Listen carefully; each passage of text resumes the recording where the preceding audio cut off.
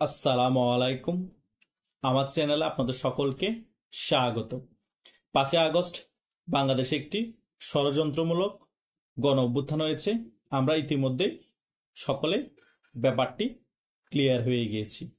5ই আগস্টের পরবর্তী সময় অনেক সমন্বয়করে আমরা মিডিয়ার মধ্যে বলতে শুনেছি যে 5ই আগস্ট যদি আমরা গণ অভ্যুত্থান সফল করতে না পারতাম তাহলে আমরা সশস্ত্র আন্দোলনের দিকে যেতাম।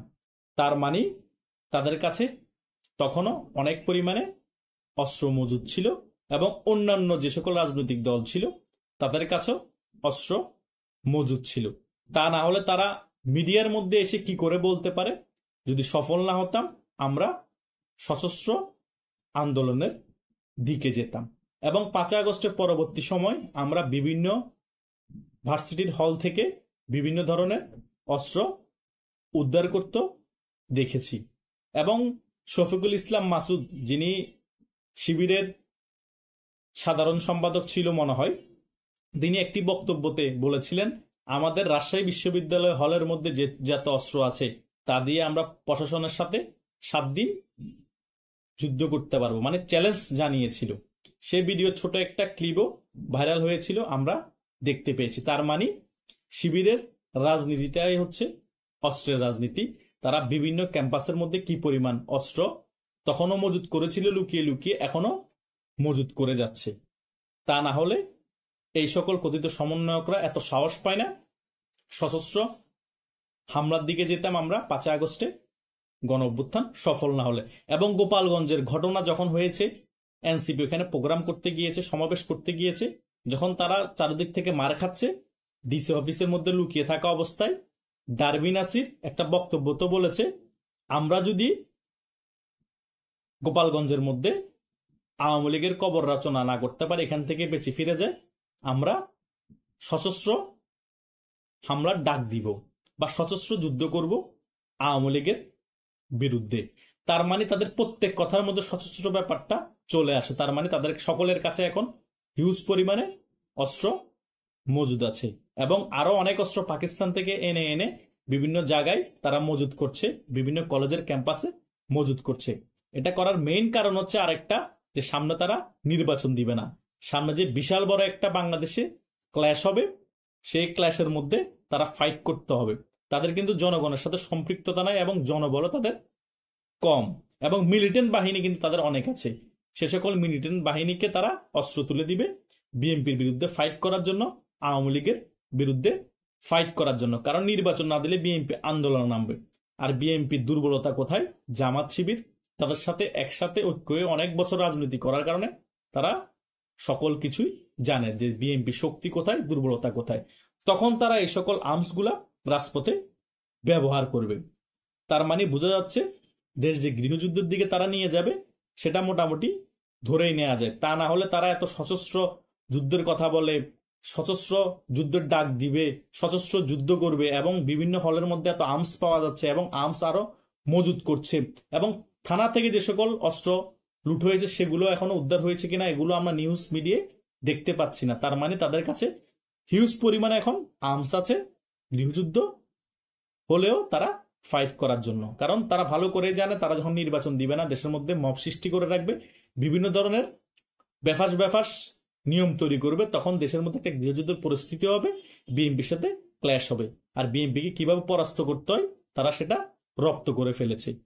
সেই কারণে বিএনপি এবং আওয়ামী লীগ যদি ঐক্য না হয় দেশ রক্ষার্থে, তা না হলে দেশকে আমরা গণতান্ত্রিক প্রক্রিয়া ফিরে আনতে পারবো না।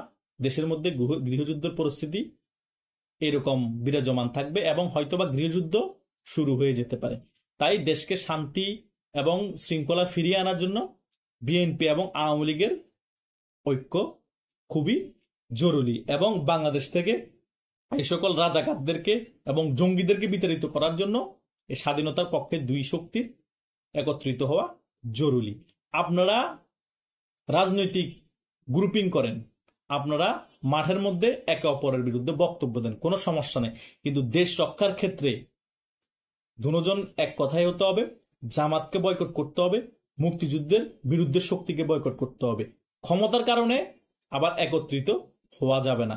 আওয়ামী লীগ বলেন, বিএনপি বলেন, এখন তো আপনারা রাজনৈতিক একটা বক্তব্য দেন, রাজনীতি শেষ বলতে কিছু নাই কিছু নাই বলে বলে আওয়ামী লীগও গিয়ে জামাতের সাথে ঐক্য করে ফেলেছিলেন 96 সালে, পরে বিএনপিও 2001 সালের পর থেকে ঐক্য করে এখনো রাজনীতি করছেন। তাই আপনাদের কাছ থেকে, এই দুই দলের কাছ থেকে, মুক্তিযুদ্ধ সপক্ষের কাছ থেকে মুখে বলবেন একটা, কাজ আর একটা করবেন, এটা আমরা সামনে আশা করছি না। যদি দেশকে রক্ষা করতে হয়, এই সকল রাজাকারদের কাছ থেকে দেশকে মুক্তি দিতে হয়, এদেরকে বাংলাদেশ থেকে বিতাড়িত করতে হয়। মুক্তিযুদ্ধের সবচেয়ে বড় দুইটা দল হচ্ছে আওয়ামী লীগ এবং বিএনপি। একে আওয়ামী লীগ থাকলে দ্বিতীয়তে বিএনপি কে ধরা হয়। তারা যদি একত্রিত না হয়ে একটা ব্যাপারে সিদ্ধান্ততে না আসেন, তাহলে আমরা দেশকে বাঁচাতে পারবো না এই নব্য রাজাকারদের হাত থেকে। এনসিপি যা, জামাতও তা। নতুন করে এনসিপি কে ভাবার কোনো কিছুই নেই। ওদের মাথার মধ্যে ওই রাজাকারবাদ জিনিসটা মাথার মধ্যে তাদের এখনো কাজ করছে। তাদেরকে পুরাপুরি ভাবে নিয়ন্ত্রণ করছে জামায়াত ইসলামীর সিন্ডিকেটটা। ওই বলয় থেকে তারা রাজনৈতিক বিভিন্ন বক্তব্য দেয়। তাই ওরা গৃহযুদ্ধের প্রক্রিয়া নিয়ে নিয়েছে, বিভিন্ন হলের মধ্যে অস্ত্র মজুত করা শুরু করে দিয়েছে, এবং মুক্তিযুদ্ধর যত সিম্বল আছে, মুক্তিযুদ্ধের যত চেতনা আছে, সকল কিছু কিভাবে মুছে দিবে, আওয়ামী লীগ কিভাবে ধ্বংস করবে, এরপরে বিএনপি কে কিভাবে নিশ্চিহ্ন করে দিবে, সেদিকে তারা আগাচ্ছে। বিএনপি মনে করছে যে এখন আওয়ামী লীগ নেই, কারণ আমরাই সবচেয়ে বড় দল, আমাদের ছাড়া এই সরকারের কোনো গতি নেই, এনসিপির কোনো গতি নেই। ঘুরে ফিরে যা কিছু করবে করুক, জামাত যা কিছু করবে করুক, তাদের জনগণের ভোট নেই। নির্বাচন কোনো মতো একটা দিলে হইলো আমরা নির্বাচনে জয়লাভ করবো। আরে ভাই, নির্বাচন হবে যে আপনাদেরকে কে বললো? আর নির্বাচন দিলে আপনারা, আওয়ামী লীগ নির্বাচনে যদি অংশগ্রহণ না করে, আপনারা জয়লাভ করলে আপনারা যে 5 বছর ক্ষমতা টিকিয়ে রাখতে পারবেন, সেটা আপনাদেরকে কারা বললো?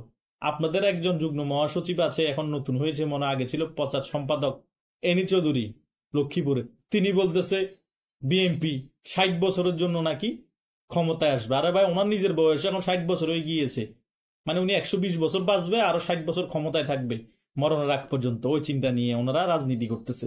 ওই আওয়ামী লীগের মতো, ওবায়দুল কাদেরের মতো দরজা টোয়া হয়তো না, ঠিকই উনি দরজা নিজে টোকায় পায়নি, পরে নাকি 3 মাস বাংলাদেশে থেকে পালাই যেতে হয়েছে। 2041 সাল পর্যন্ত ক্ষমতায় থাকবো। রাজনীতিতে ভাই গাল গপ্পা বক্তব্য অনেক কিছু বলতে হয়, বাস্তবতা কিন্তু সম্পূর্ণ ভিন্ন। আওয়ামী লীগ ছাড়া বাংলাদেশে যদি কোনো নির্বাচন হয়, সে নির্বাচন গ্রহণযোগ্য তো পাবেই না, বরং 1 থেকে 2 বছর কন্টিনিউ করাই কষ্ট হয়ে যাবে ওই নির্বাচিত সরকারের। ধরলাম 5 বছর কন্টিনিউ করলে, এরপরে 5 বছর জনগণ ফুসে উঠবে এবং ওই সরকার কোনো রকমেই টিকতে পারবে না। ঘুরে ফিরে ও জেলাও সে কত। 1996 সালেও কিন্তু আওয়ামী লীগকে ছাড়া নির্বাচন দেওয়া হয়েছিল, 16-17 দিনের বেশি ওই সরকার টিকতে পারে নাই, ওই নির্বাচনও টিকে নাই। তাই এগুলো আকাশ কুসুম চিন্তা ভাবনা। জামাত ইসলামী অস্ত্র মজুত করছে, এনসিবির অস্ত্র মজুত করছে, বিভিন্ন হলে হলে তাদের সিন্ডিকেট অলরেডি নিয়ন্ত্রণ করছে।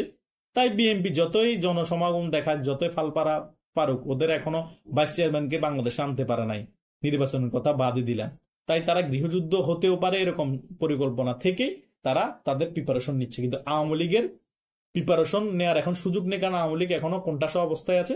বিএনপির প্রিপারেশন নেওয়ার সুযোগ আছে, এবং বিএনপি বাংলাদেশের সবচেয়ে বড় দল। বিএনপি কি পরিকল্পনা আগাচ্ছে সেটা হচ্ছে বড় বিষয়, কারণ বিএনপির একার পক্ষে এত বড় একটা শক্তির সাথে তারা মোকাবেলা করতে পারবে না, কারণ তাদের পাশে আছে সশস্ত্র বাহিনী, মিলিটেন্ট বাহিনী, আর্মি, পুলিশ, ট্যাব এবং ডক্টর ইউনূসের একটা বিশ্বের সাপোর্ট। আমেরিকা তাদেরকে সাপোর্ট দিবে। তাই বাংলাদেশ থেকে এই সকল মুক্তিযুদ্ধ বিরোধীদেরকে বিতাড়িত করতে হলে, এরকম শক্ত একটি প্রশাসনের বিরুদ্ধে লড়তে হলে আওয়ামী লীগ এবং বিএনপির ঐক্য ছাড়া কোনো উপায় দেখছি না। অনেকেই বলবে বিএনপির সাথে কোনো রকমের ঐক্য হবে না আওয়ামী লীগের সাথে। বিএনপি আওয়ামী লীগের অনেক নেতাকে মেরেছে, 5 আগস্টের পরবর্তী সময় অনেক কিছু করেছে, লুটপাট করেছে।